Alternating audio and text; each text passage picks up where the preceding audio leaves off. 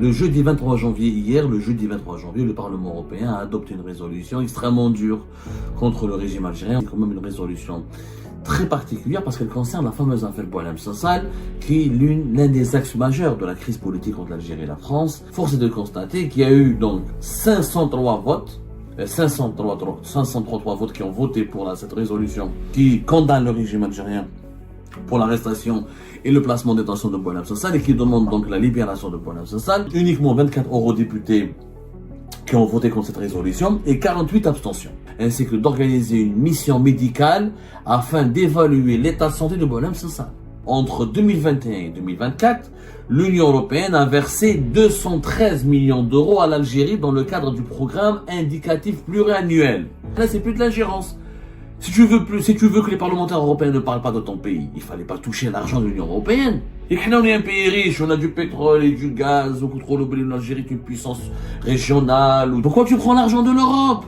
Et pourquoi tu prends l'argent de l'Europe et tu fais des affaires avec l'Europe et tu provoques ensuite une crise gratuitement avec l'Europe? C'est plus qu'un piège, c'est une bêtise absolue. Le jeudi 23 janvier, le Parlement européen a adopté une résolution extrêmement dure contre le régime algérien. Encore une résolution depuis 2019-2020.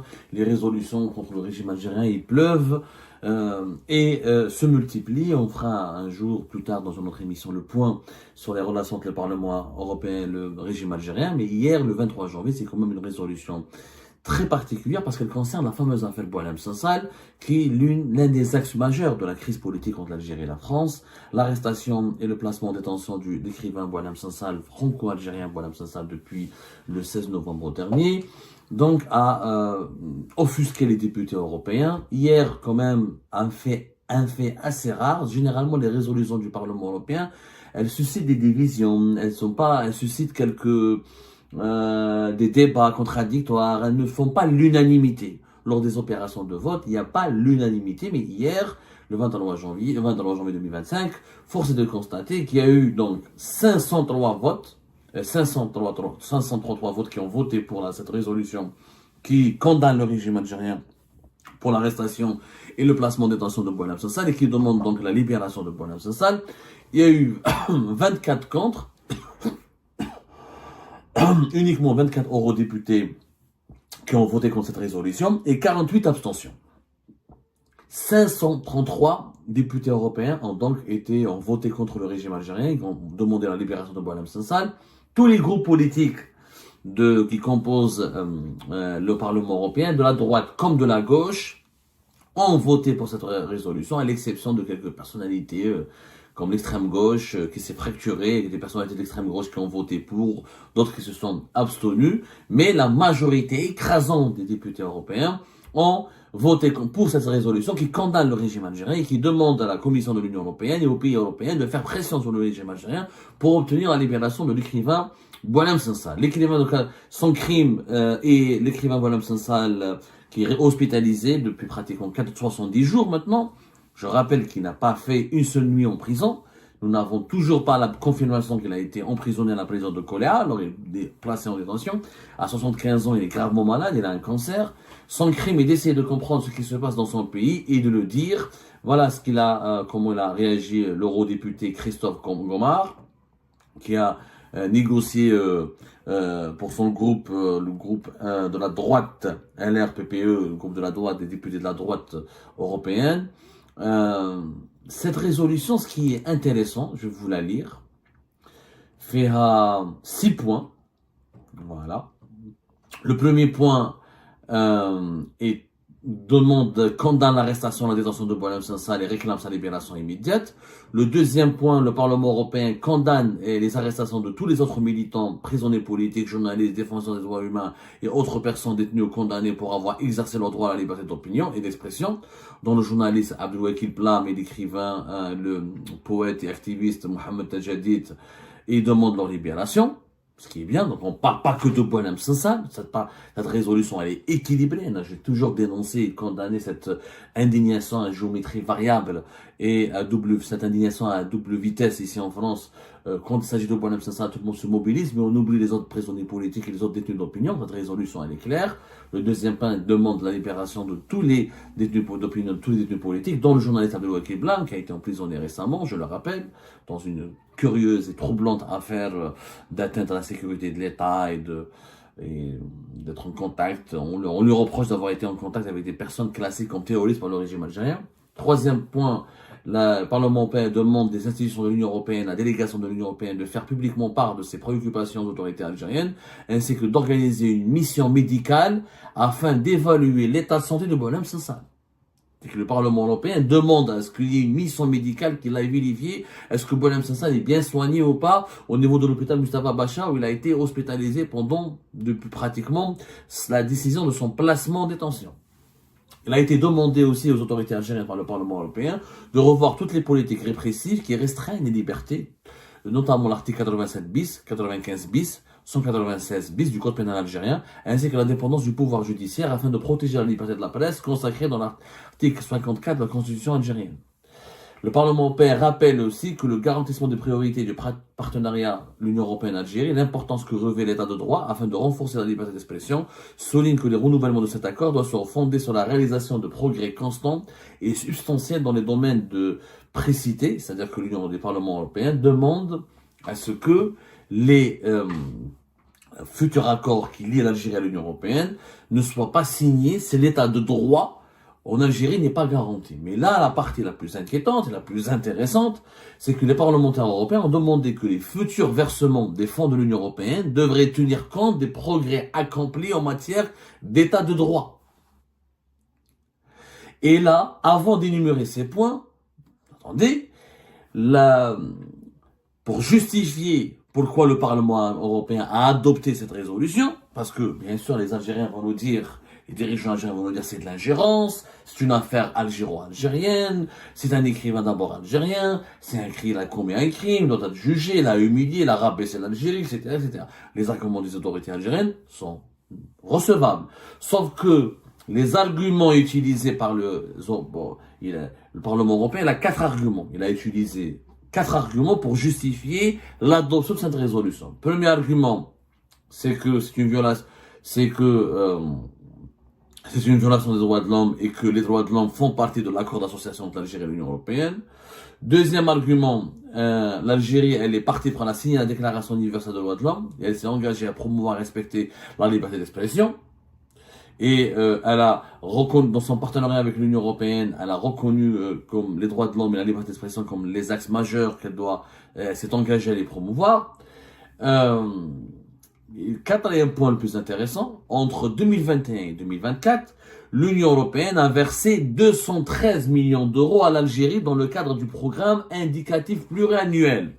213 millions d'euros. Le programme indicatif pluriannuel, c'est un programme de coopération que l'Union européenne finance avec ces pays avec lesquels les pays voisins, notamment les pays de l'Afrique du Nord, les pays du Maghreb et les pays du bassin méditerranéen. C'est un programme de coopération dans lequel l'Union européenne s'engage à développer, à soutenir des actions de développement dans des pays qui ont une relation avec l'Union européenne, qui ont des partenariats avec l'Union européenne. C'est les programmes, vous pouvez le lire sur le programme de l'Union européenne, les pays africains, les pays arabes, plusieurs pays qui ont des rapports importants, des rapports intéressants avec les pays de l'Union européenne. Et l'Algérie est un pays stratégique pour l'Union européenne, c'est le plus grand pays du continent africain, c'est le plus grand pays du bassin méditerranéen, on est au cœur du Méditerranée, au cœur du Maghreb, donc l'Algérie bénéficie de ce programme annuel, pluriannuel qui va de 2021 jusqu'à 2027. C'est ça. C'est un programme qui va de 2021 jusqu'à 2027 et l'Union européenne a débloqué un montant de 1,5 milliard d'euros pour financer les actions de ce programme.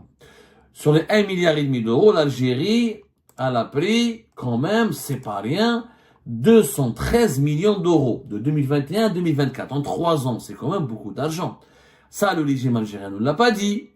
Magalounège, les dirigeants algériens, d'un côté, ils diabolisent l'Europe, ils diabolisent les ingérences étrangères, il diabolise les puissances occidentales, il diabolise les politiciens et les politiques occidentaux qui donnent des leçons de morale au régime algérien qui dénonce ses dérives autoritaires ou là ses engagements politiques contre dans certains dossiers diplomatiques.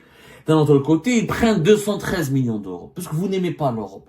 Pour vous considérer que l'Europe, elle roule pour Israël. Et que le Maroc, que l'Europe est favorable au Maroc, aux adversaires de l'Algérie. Que le Maroc, que l'Europe, elle est dominée par l'extrême droite, notamment les extrêmes droites en France.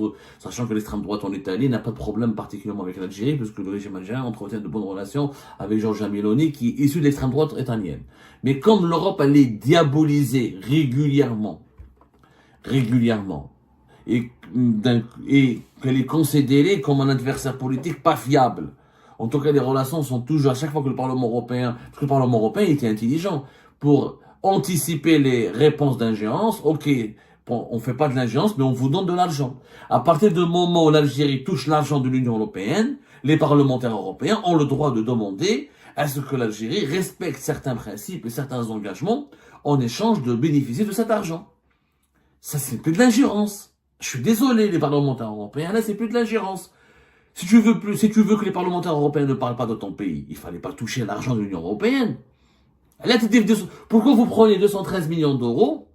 D'ailleurs, j'aimerais bien avoir les réactions des autorités algériennes, parce que la PS, elle a réagi lorsque l'extrême droite a parlé de l'aide au développement en Algérie, mais elle a réagi aussi quand elle a parlé que la France a parlé de la dette médicale des hôpitaux français vis-à-vis de l'Algérie. Mais là, j'aimerais bien que la PS ou les autorités algériennes nous réagissent et nous expliquent pourquoi ils ont pris 213 millions d'euros. Et que là, on est un pays riche, on a du pétrole et du gaz, au pétrole, l'Algérie est une puissance régionale, ou Daoulak, troisième pays riche du continent africain. Alors, pourquoi on prend l'argent de l'Union européenne? Expliquez-nous pourquoi on prend l'argent de l'Union européenne. Et à partir du moment où vous avez pris l'argent de l'Union européenne, le Parlement européen a totalement le droit de demander des explications. Il a un programme, la Commission européenne elle a lancé ce programme qui soutient plusieurs actions de développement, notamment au profit des sociétés civiles, etc. Le montant est de 1,5 milliard d'euros. L'Algérie elle a bénéficié donc de 213 millions d'euros. C'est quand même plus de 10% du montant de ce budget. C'est quand même important. Donc, à partir du moment où vous touchez encore une fois les deniers et l'argent de l'Union européenne, les parlementaires européens, ils ont le droit de dire on ne veut pas que cet argent sert à financer ou à aider des États qui oppriment, qui mettent des écrivains en prison, qui condamnent à mort des journalistes ou qui mettent dans leur prison des détenus politiques. C'est leur droit. Ce n'est plus de l'ingérence. Je suis désolé. C'est pas de l'ingérence.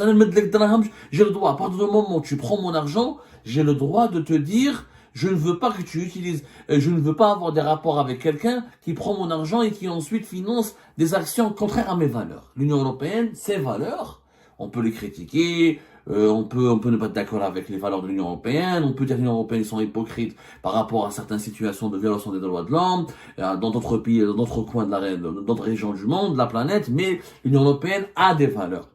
Ils assument leurs valeurs. Les Européens assument. Les parlementaires européens défendent des valeurs clairement inscrites dans plusieurs chartes politiques et éthiques du fonctionnement de l'Union européenne. On ne veut l'état de droit, la démocratie, l'état de droit, la liberté d'expression, les droits de l'homme.